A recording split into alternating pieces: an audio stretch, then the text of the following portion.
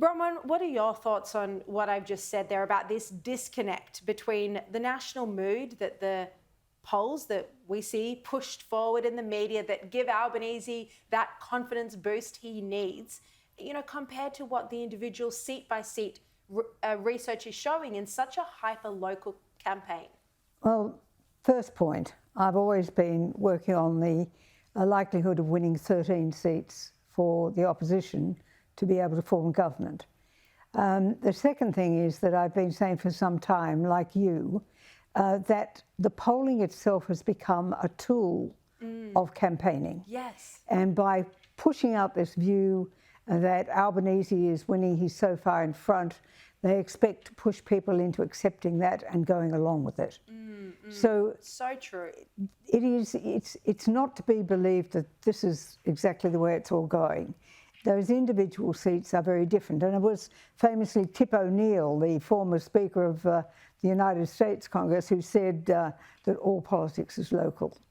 And very much in these seats, there's local issues that are going to be relevant to the finish. So I think that Peter Dutton has got to be very forceful coming forward in these last days and push the fact that whatever Albanese has offered you is usually off in the future. What the opposition is offering is relief from the cost of living now. And the reduction in the petrol tax is first and foremost. That kicks in immediately and affects the cost of everything, absolutely everything, because this country runs on diesel. So the fact that he needs to point out what's in the wings, what they're going to give the Australian people should they get back. And I just think that everything about Albanese and his campaign is fake. Even down to what has happened today, I'm pleased there's been a pause to recognise the significance. I was going to come to that in a moment, actually, right. with the Well, Pope. Yeah. But I just find Albanese to be so professing today that refusing to take an oath on the Bible to be sworn in as Prime Minister somehow just doesn't rest easily with me. And the attacks on Tony Abbott? Absolutely. Calling him a mad Mike, yes. all this rejection of religion. Yes, and suddenly today, it's vital. But to me, it's important for other reasons, which we'll discuss when we get to the point. Exactly in a moment, the political reasons behind him doing that. Steve, I want to get your thoughts on what I've had to say about the state of play at the moment. I mean, one of the main seats where the coalition is really looking to pick up what were very safe Labor seats is Victoria. Do you see this mood, this rejection of the Prime Minister continuing in your state? It was really interesting what you said at the beginning of the program, because what I picked up today, and you made the point that the Liberal Party had held back a lot of their campaign funding, and now they're going to let it loose in the last week and a half. Listening to 3AW, the main talkback radio station in Melbourne today, in every ad break from around about 7 in the morning until around midday, there was a Peter Dutton voiced ad talking about what he was going to offer Victorians.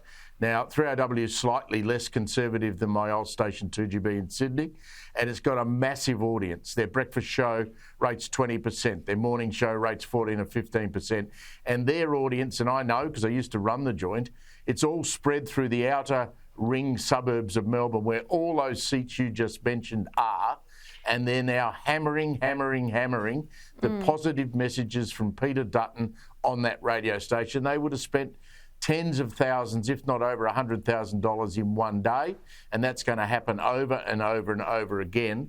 And I think Victoria is still a place to keep your eye on, and Bronwyn talks about 13 seats, and so do you. There could be 8, 9, 10 seats in Victoria alone, if you believe what you're hearing on the ground. And as you said, voting started today.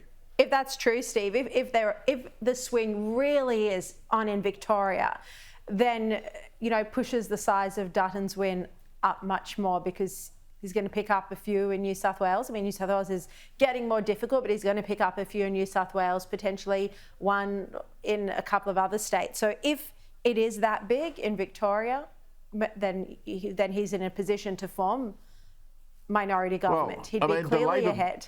The Labor The Labor brand here is so toxic, and I've said it to you before, but it happened again last weekend, where we find out that during COVID, Daniel Andrews, the Premier, was telling us he was taking medical advice. There's now documents that show that he was the one who decided to have a curfew where no one could go out of their house after 9 o'clock at night and couldn't go out before 5 o'clock in the morning. That was a decision taken by a Labor politician. The only Labor politician still in power who was in the cabinet that made that decision is the current Premier. So the people of Victoria don't like Labor, and they're not saying, oh, well, Anthony Albanese is different to what Dan Andrews and Jacinta Allen are like. They are saying, do we really want this mob to be in charge of us again?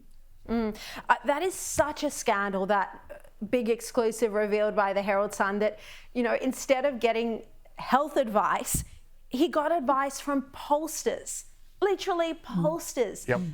You know, there are young, I don't know, children, but teenagers who committed suicide. Their mental health issues were so bad, Bronwyn, during the COVID lockdowns, as a result of the decisions Daniel Andrews took for his own popularity against health advice. Absolutely.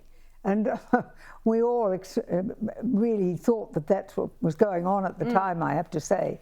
But to now to have the proof of it, well, no wonder you've got builders who won't build a house for him, or other people who won't let him associate with people. I just feel that Victoria was served so badly under Labor that feeling's still there. It does remind me a bit of 1990 when Andrew Peacock won 9 seats in Victoria.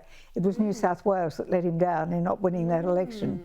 And New South Wales this time won't be letting the coalition down. No, there's still plenty of seats, or not as many, of course, but still plenty to pick up in New South Wales.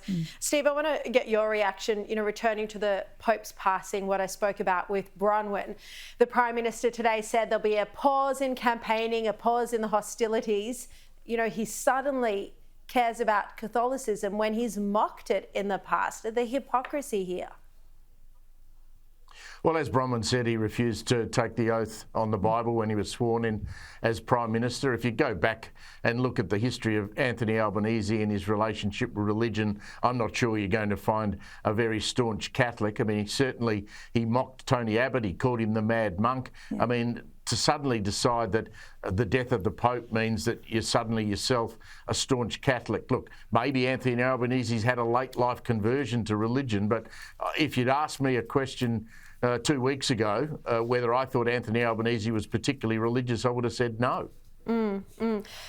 Yeah, he's never said that he is religious, Bronwyn, but this would have been politically advantageous for him, as you were about to say before. 1 in 5 Australians are Catholic, and it would have given him more time to prepare for the debate tonight. And of course, he doesn't want there to be any campaigning days because that works in Dutton's advantage. It also gave him good pictures.